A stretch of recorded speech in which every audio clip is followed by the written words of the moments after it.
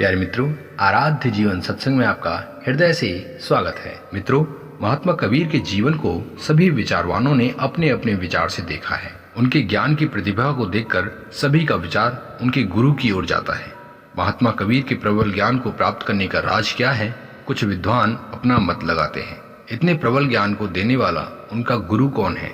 बहुत से लोग कहते हैं कबीर साहब के गुरु रामानंद जी थे। बहुत से लोग कहते हैं गुरु गोरखनाथ से भी उनको काफी ज्ञान मिला है। ये सब अपने अपने विचार हैं और ये अपने विचार से ठीक भी हैं। किंतु महात्मा कबीर का जीवन यदि विवेकता से देखा जाए और उनकी वाणी को देखें तो वे अपने गुरु का स्वयं गुणगान करते हैं। सभी महापुरुषों ने अपने गुरु का व्याख्यान अपनी अपनी वाणी में ही किया है। जरूरत है उनके वाणी वचन को विवेक परख के द्वारा देखने की।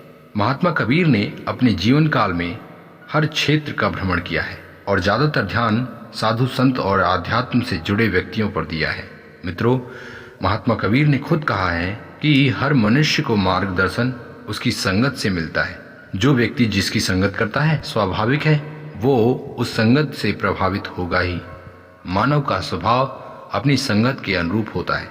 इसीलिए उन्होंने कहा भी है, कामी का गुरु कामिनी, लोभी का गुरु दाम, कबीर का गुरु संत है, संतन का गुरु राम। मित्रों, इस दोहे का अर्थ तो साधारण लग रहा है और समझना आसान भी है, लेकिन इस दोहे में दो ऐसी गुप्त बातें हैं जिसमें महात्मा कबीर अपने गुरुत्व का संकेत देते हैं। संसार में जो व्यक्ति जिस कामना से कर्म करता है वो उस कर्म से लक्ष्य को प्राप्त करने के लिए उससे संबंधित व्यक्ति से ही संगत करता है, चाहे वो कामी हो या फिर लोभी हो। जैसा कर्म वैसी संगत, तो स्वाभाविक है उसका जीवन अपने कर्म के अनुसार ही सजेगा। महात्मा कबीर कहते हैं, कबीर का गुरु संत है, संतन का गुरु राम।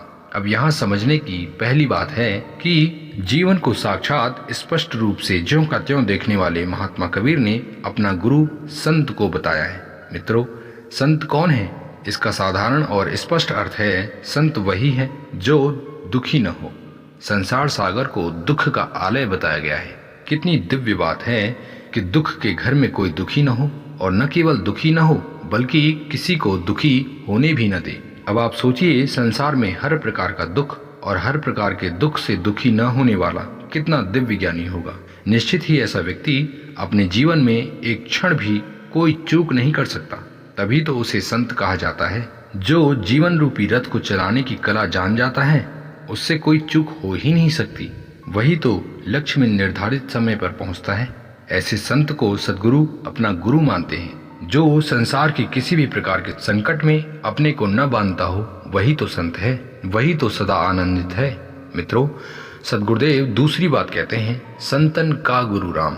इसका तो साधारण सा अर्थ है कि संत में जो प्रतिभा और दिव्य शक्ति आती है उसका राज है राम का स्मरण और प्रेम का प्रकाश। मित्रों, जो संत महापुरुष अपनी चेतना शक्ति में ध्यान लगाते हैं उन्हें भौतिक, दैहिक और दैविक तीनों ताप कुछ नहीं कर सकते, क्योंकि चित्त वृत्ति मन इंद्रियों से मुक्त हो जाती है।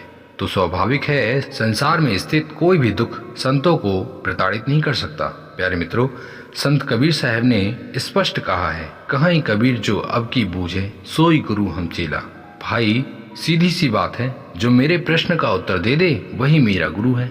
जो मेरी बातों को समझ जाए और मुझे बता दे कि मैं क्या कहना चाहता हूँ वही मेरा असली गुरु है। इस तरह ज्ञात होता है कि उनका गुरु उनकी संगत और स्वाध्याय पर निर्भर था। जो लोग कबीर साहब को जन्म से ही अवतारवाद में बांधते हैं वो या तो भावुकता में ऐसा कहते हैं या फिर सुनी सुनाई बात को दोहराते हैं। बिना अनुभव के किसी भी बात को प्रमाणित नहीं किया जा सकता। महात्मा कबीर ने जो देखा वही कहा है।